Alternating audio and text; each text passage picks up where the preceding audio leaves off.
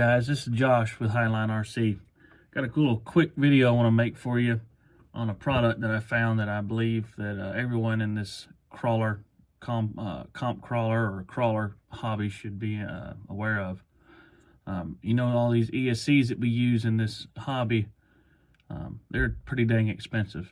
I've had, you know, Holmes, Silent Assassin, and those are probably some of the bigger dogs. I know there's other companies out there, but I haven't, I haven't used everybody. But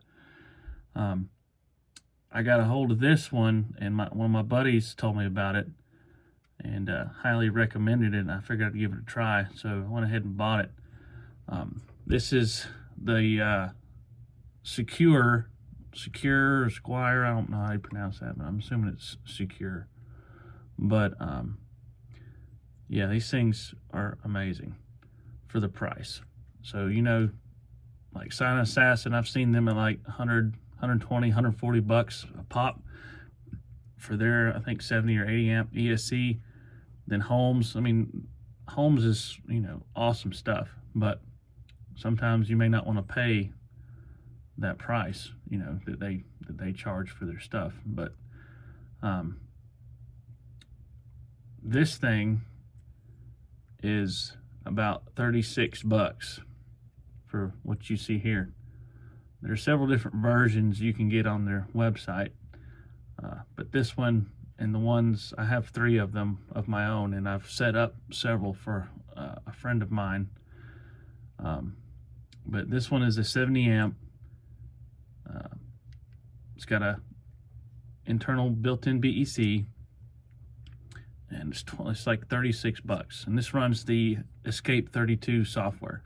You can get it with AM32, but I personally like this ESCAPE32. It's extremely smooth.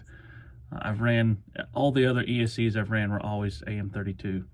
And when I swapped to this, it's been night and day difference for me anyway. I had a Silent Assassin that had a really bad hop between sine mode and regular mode, and I was fighting with that, trying to tune it out, trying to figure it out, changing pinions, changing motors, trying to see what the problem was. And I bought one of these in that process and put it in, completely eliminated the problem. Smooth as butter, man. There's not much, there's barely any hesitation between your sine mode and the regular mode. It impressed the hell out of me, especially for the price you're getting these from or for. So I just wanted to do a little quick video and inform some of you guys about this other option that's, you know, I think it's gaining popularity, at least in my area. A lot of guys are starting to use them. But I'll tell you a couple little things about it though that you will want to be aware of. So it comes with 3mm bullets. So most of our stuff uses 4mm. At least Holmes Hobby Motors, and I'm assuming Three Brothers and most of the bigger name motors use 4mm bullets. So you're gonna have to probably solder on some new bullet connectors, and then comes with an XT60 connector. So that's pretty good. Most of us use those. I don't for my comp builds, but this is another one with the jacket off of it that I'm making up for a buddy. But so you may need to change your connector if you don't use XT60s. And then as far as the BEC voltage on these things, it is changeable. I think it comes stock at 5 volts. But if you want to change it like I do, I changed mine to 8.4, and that's what I run my raw 800 LP reefs on without any issue. So this BEC has been fine for me with that servo. So if you need to change the voltage, this is kind of a pain, but you know, if you can solder or know somebody who can solder, it's not too bad. But you've got these little solder tabs right here. You got to do a little solder bridge between these two tabs. So you got a row coming this way, a row coming this way, and then 3 sets. If you want to do 8.4, you got to solder the 2 at the top together and the 2 in the middle together. to get 8.4. And then there's a little diagram on the back that shows you the different voltages and stuff, and what solder bridges you have to make to get what voltage you want. But this is what I'm making up right now, finishing for me. But you can kind of see what I'm talking about, maybe. But you got those two tabs are soldered together, and then those two tabs there are soldered together, and the bottom row is left alone. So that's what gives you 8.4 volts. If that's what you run. I think you can go up to 12, I think. Yeah, 12 volts is the max. I don't know any servos that particularly take that. Y'all might, but I'm not aware of it. But yeah, give them a shot, and you'll most likely gonna love it. This is what I do to mine. So I reverse the bullet leads, or the motor leads, going this direction with all the other wires. Makes for a cleaner setup in my trucks anyway. And then I put in a capacitor. Don't have to do any of this. This is just what I do. I change the connector to an XT30 because that's what I use.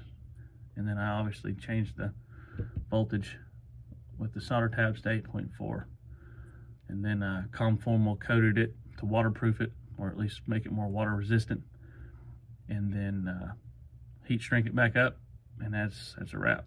But that's what I run in my Spartan CL Design Spartan chassis. That's what I've been running for several months now.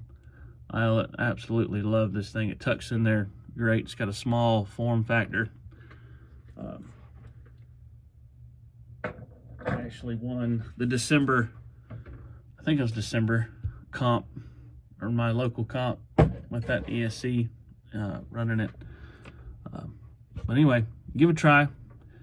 Most likely you're gonna like it. If you have any questions, let me know. I might be able to answer it. If I can't, I can probably find someone who can.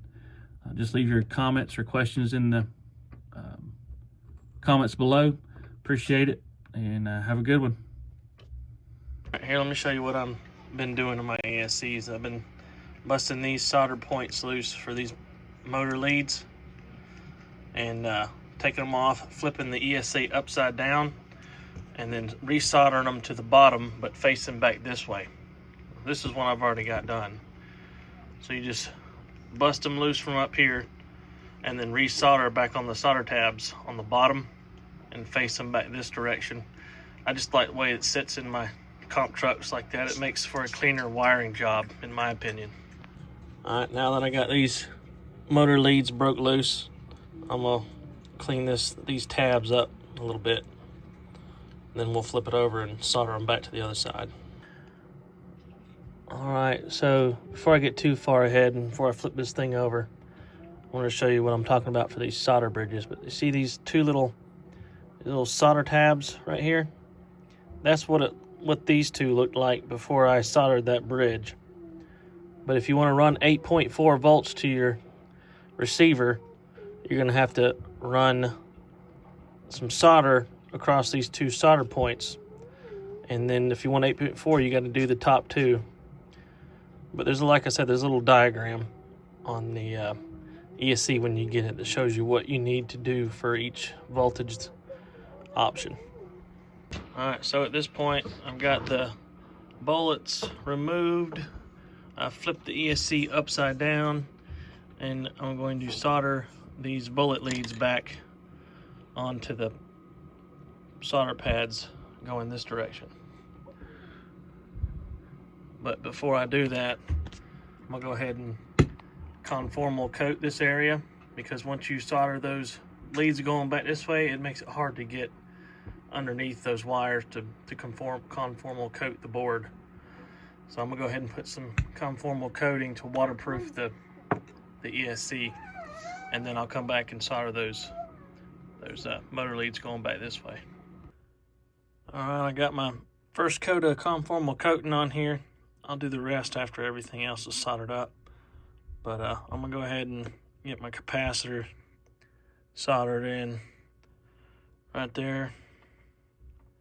And then I'll do the bullets motor connectors, whatever you want to call them, coming off this way. But when I get that finished up, I'll come back with you. But this is the negative. That's the negative solder pad, and that's a positive solder pad. So I just got the negative side of this here capacitor. At least I guess that's what that is. I'm no expert at this, guys, for sure.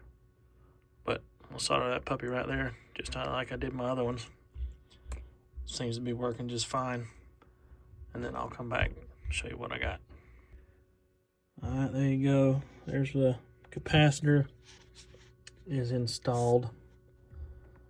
Like I said, I am not a pro solderer by no means.